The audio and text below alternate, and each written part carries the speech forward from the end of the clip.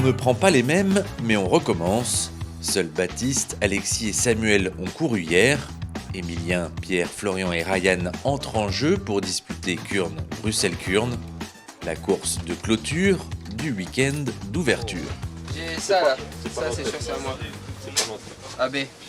AB c'est moi. Ouais, ça fait plaisir. Après, on a déjà eu un petit avant-goût hier en regardant les gars courir et on a vu qu'il y avait beaucoup d'implications et tout le monde était un peu excité. Il y a eu pas mal de chutes. Donc maintenant, c'est à nous d'aller dans le merdier. C'est vraiment des courses qui sont à part, où il faut beaucoup de concentration, beaucoup plus d'implication que sur d'autres courses. Donc forcément, il faut être très concentré dès le départ. C'est des courses où tout peut se passer. Donc voilà, il faut être à l'affût et puis être à la fois prêt physiquement mais aussi mentalement pour performer au mieux. Au programme 195 km, 13 monts pour un peu moins de 2000 mètres de dénivelé positif et 4 km de pavés. Une vraie flandrienne. Pourtant, le dénouement de la course est souvent bien plus prévisible que la plupart des classiques belges.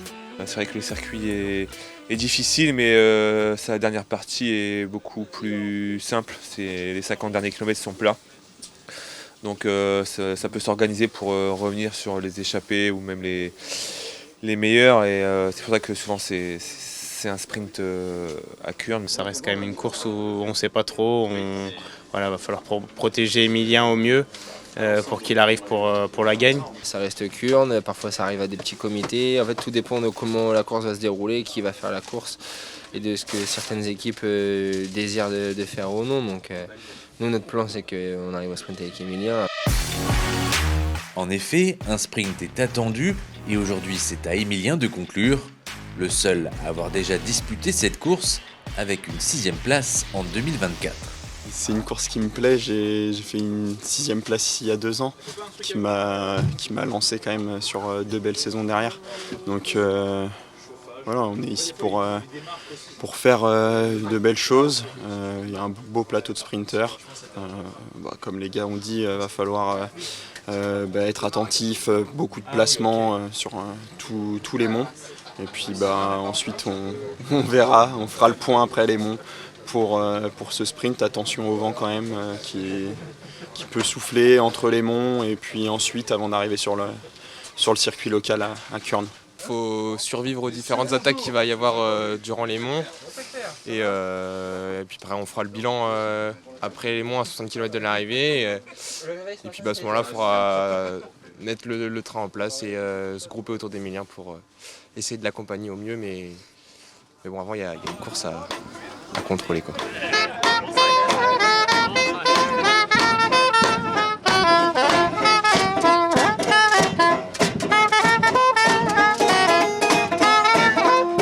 Kurn-Bruxelles-Kurn, c'est aussi une histoire de transmission. L'occasion pour les jeunes du CREF de La Roche-sur-Yon de participer à l'une des plus grandes courses de leur saison. Le CREF, c'est le centre de formation des futurs pros de demain, une école de vélo par laquelle est passé Emilien. Le CREF, c'est clairement l'école de la vie au lieu du sport en lui-même. C'est ce qui m'a donné énormément d'expérience dans le sport, dans l'éducation. C'était ma 2e famille, on va dire. Donc j'ai appris énormément et ça reste toujours des très très bons souvenirs quand je recroise les gars du CREF. D'ailleurs, pour les jeunes qui voudraient un jour devenir pro et courir aux côtés d'Emilien, la présentation de la filière formation 2026 se fera le 20 mars prochain au lycée partenaire Saint-François d'Assise à La Roche-sur-Yon. Le message est passé. Retour avec les pros qui partent sur la ligne de départ en mode guerrier.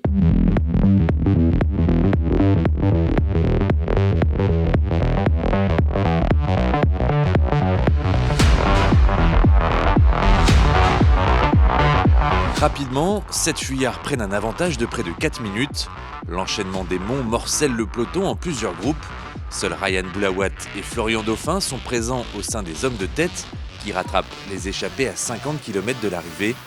Ils sont une 60aine à se jouer la victoire et c'est Matthew Brennan qui s'impose à Kurn.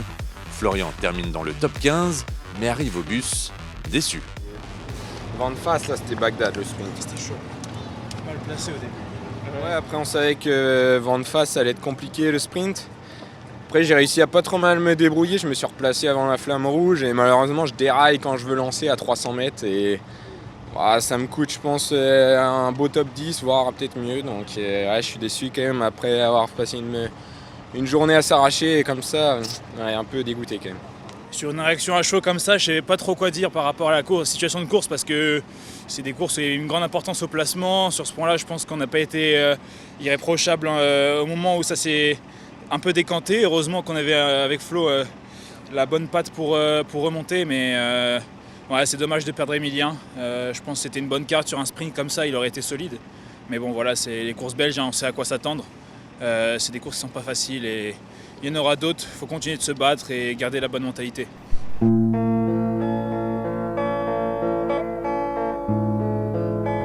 L'équipe reste en Belgique pour l'Enamé Samin Classique ce mardi.